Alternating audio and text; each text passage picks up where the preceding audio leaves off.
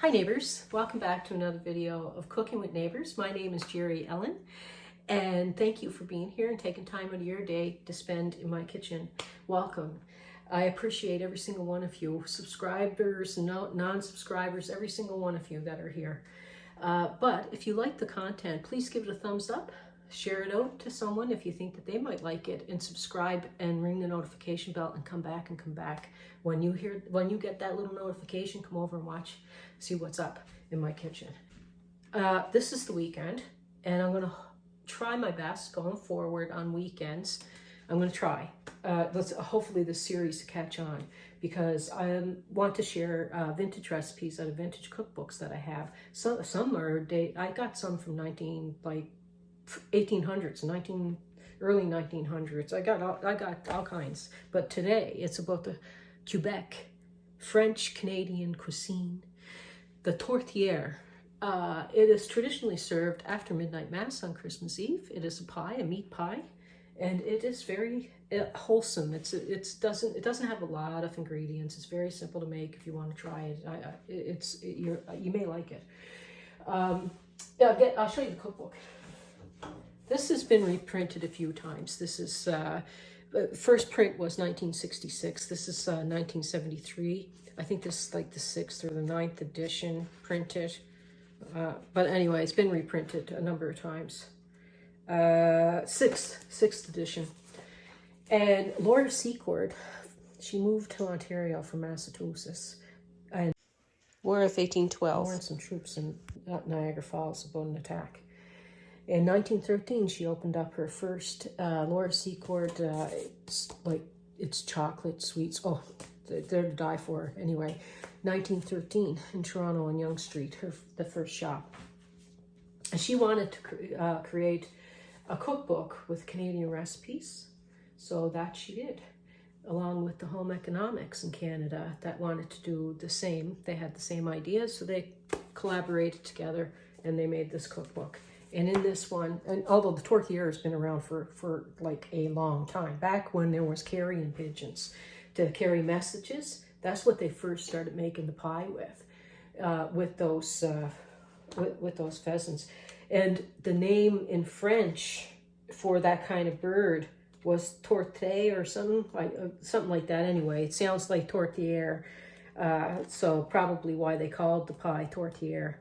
And it's simple to make, and I'm going to make that here now. Page 59. I'm going to make the pork tourtière. Okay. Oopsie daisy. Like back. I think this can date back to like the 1800s. These recipes. Oh, and throughout Quebec anyway. Like there's all different variations, different types of meat that they put in it. Pork is very, very common one, so I'm going to go with the pork one. I got the one I'm going to use. I'm going to share it with you right now. Sorry if I sound a little bit long-winded. I know this is going to be a series like where I chit-chat about a bit of the history too. So it's not going to be like boom right into the recipe. I hope you're all doing great. You know, I care about you're part of my life, and I hope that you're doing well. I'm a bit nervous about this new series. I really want it to go well, but I don't know if it's for everybody and how well it's going to be received, but I hope it does get received well. I'm very proud to be Canadian, and I want to share more of the Canadian recipes. And of course, I like cooking, so it'll be lots more than Canadian anyways, but anyway, let's be quiet here. Okay, friends, neighbors, I have 1.5 pounds of pork here, okay? I'm going to put a 1/2 cup of boiling water, and I'm going to add 1 clove of garlic chopped, 1 small onion minced up or diced up small. Yeah, I hope this series goes well. I'm doing 1.5 salt. 1/4 celery salt, 1/4 sage, 1/4 pepper. And when I say 1/4, I mean 1/4 of a teaspoon. A pinch of ground clove, or a pinch of clove, it says. I got ground clove, so I'm going to use 1/8 for my pinch. 1/8 of a teaspoon there. Also, you want to peel and wash 3 potatoes, I guess medium. Does it say what size potato? Meanwhile, boil potato. Okay. Comment down below if you ever had a tourtière, or if you're interested in having a tourtière, or if you heard of it. You know, comment. Tell me where you're from. Introduce yourself.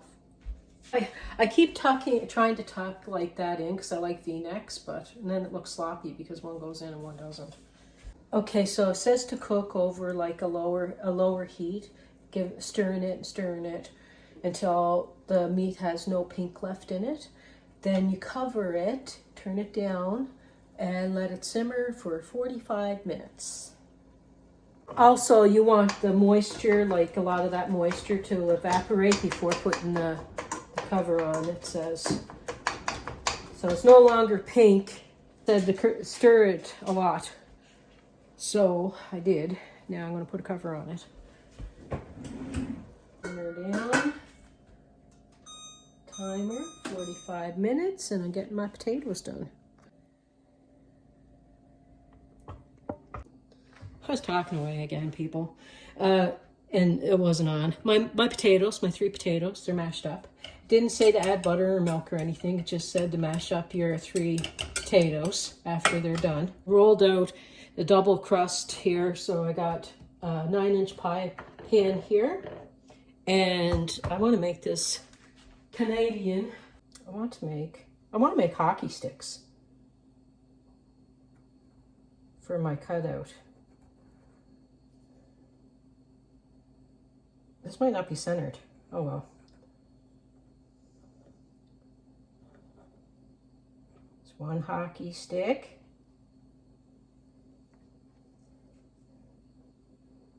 And I gotta make a puck. This is definitely not gonna be centered. And another hockey stick.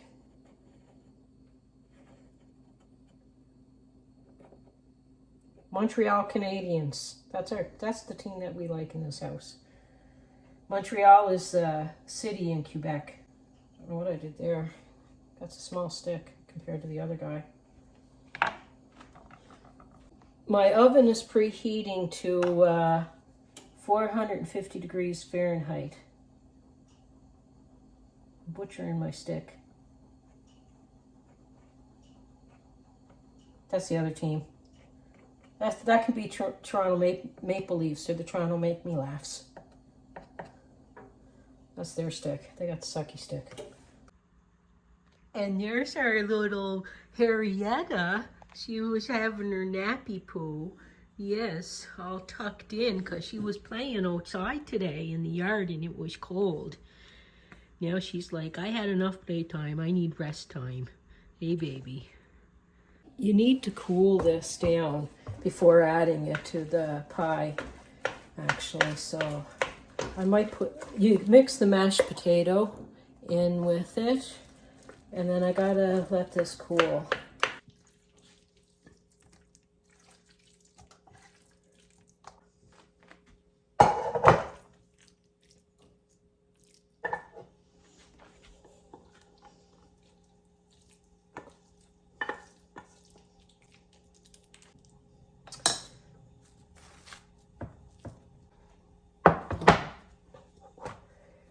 Stretched my hockey sticks. I'm just going to rustically put this together, my friends. My hockey sticks don't look that great. It goes in the oven at 450 degrees Fahrenheit for 10 minutes, then turn it down to 350 degrees Fahrenheit. I'm gonna tuck in the excess.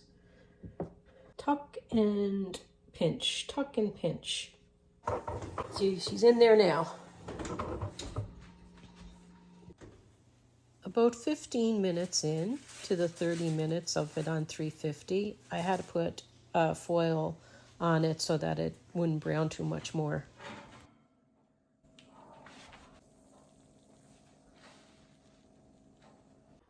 Look at my sad hockey sticks. That's funny. I should have made them skinnier and longer, but that's okay. Did you know the summer sport in Canada is lacrosse? A little tidbit for you. Something comforting about this hair pie. It's simple, not a lot in it, but it's just going to be tasty. It's going to be tasty. A second here.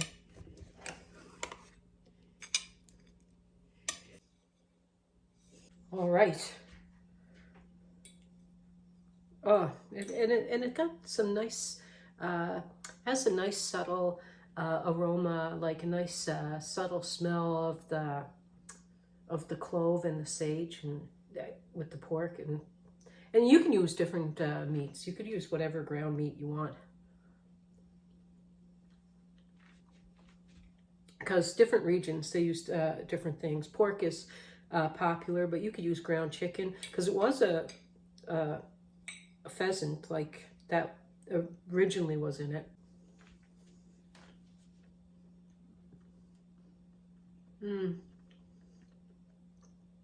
It's just very nice. It's very nice and comforting.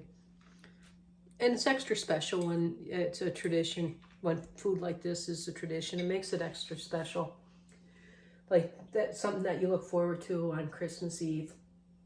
You know, like you have any of those kind of dishes, like a special dish that you like to have, like Christmas, over Christmas, Christmas Eve, New Year's Day, whatever. Let me know. This is very good. It's delicious. I hope that you come back again. Like, share, subscribe, all that stuff. I appreciate you all from the bottom of my heart. I do. Take care, everyone. I'll see you again soon. Bye.